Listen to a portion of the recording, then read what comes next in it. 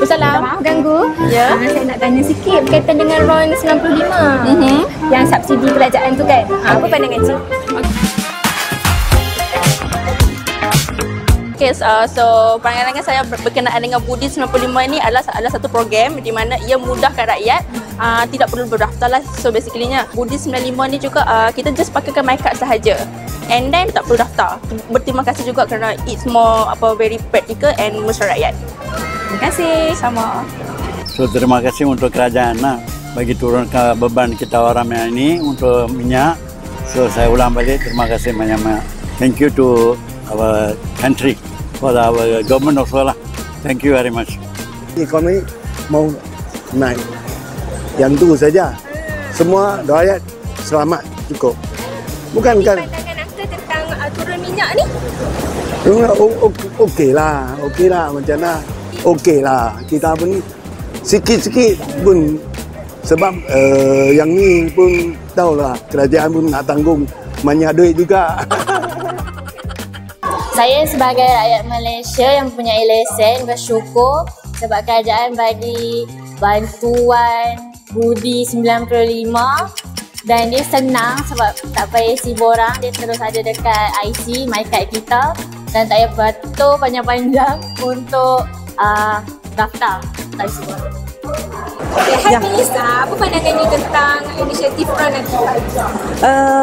Saya sebagai e-hailing, saya berasa ada membantu untuk kami. Kalau turun harga untuk petrol, kami akan dapat lebih banyak rezeki lagi untuk lebihkan untuk belanja yang tempat lain. Pasal e-hailing banyak yang kena repair, tapi ini akan membantu kami lah untuk turun. Lepas tu, terima kasih kerana mendengar suara rakyat kami. Berkenaan dengan penurunan harga minyak tu, okey, bagi saya lah sebagai rakyat Malaysia dan juga penjawat awam, saya berpendapat penurunan harga minyak tu baguslah untuk rakyat Malaysia. Cuma bagi saya dari segi pelaksanaan tu lah, mungkin daripada masa ke semasa tu boleh ditambah baik lagi kan. Mungkin ni masih dari peringkat permulaan. Itulah bagi saya. Okeylah.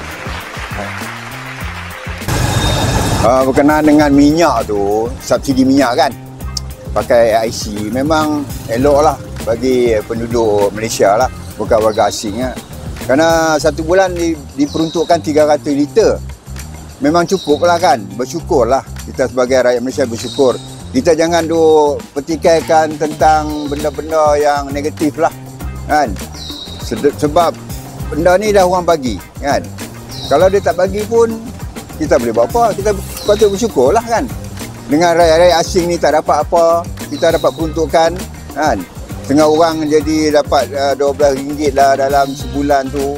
Tak dapat, orang kata tak dapat apa-apa, dapat sikit ya. Kita pun kena dapat jugalah kan. Dapat juga imbuhan dia tu semua. Jadi untuk kebaikan kita juga bersama kan.